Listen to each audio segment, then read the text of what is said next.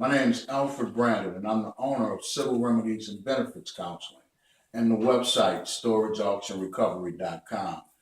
This morning I'd like to talk to you about self-storage auctions. There are over 45,000 self-storage facilities in the United States, and of those facilities, more than 1.5 million units are auctioned annually. The property that are in those auction units belong to someone.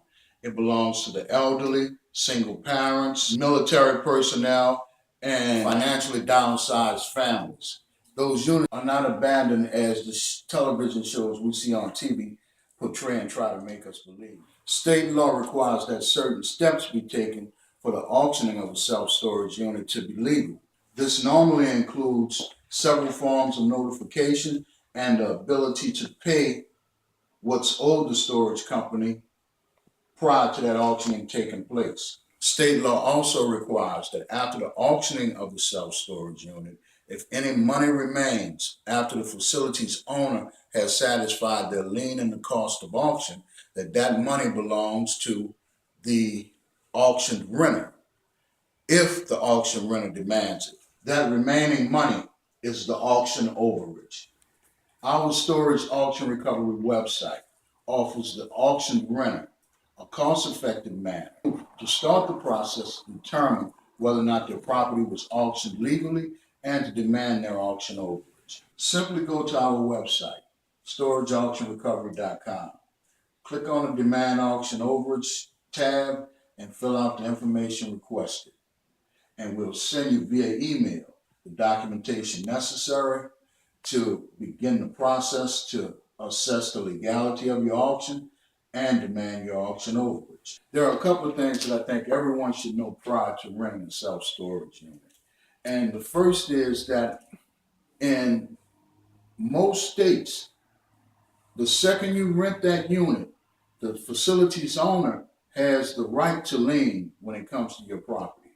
And by that I mean the second that you're late, they have the right to impose a lien on your property. Everyone should be aware of that. The next thing is that all storage facilities impose late fees. And normally those late fees can be up to 2, and then there's also a cutoff lock fee. Prior to auction, there are several notifications that a renter must receive for an auction to be legal. Most states require that not only do you receive notice in the mail, but that you receive certified mail as a form of notice, and also that prior to the auction, that the auction is advertised in a newspaper of general circulation. For the newspaper advertisements, again, it has to be a newspaper of general circulation in most states, and they must give a description that's worthy of you being able to recognize that it's your property that's being auctioned. States provide that prior to your property being auctioned, that you do have the right up until the day of auction to pay what's owed and retain your property.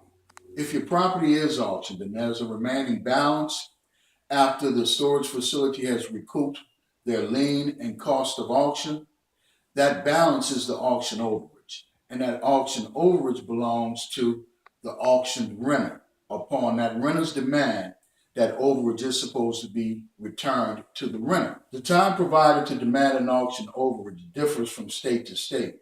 You can go to our website, Storage Auction Recovery, and see what your state provides. It is important to note that if the auction renter does not demand his auction overage, that the facility owner can keep it in most states. At storageauctionrecovery.com, we believe that no storage facility is supposed to keep any revenue that belongs to the auction renter. We ask for a minimum donation of $2 for the services that we render. We do this to offer everyone the opportunity to demand their auction overage and assess the legality of their property's auctioning.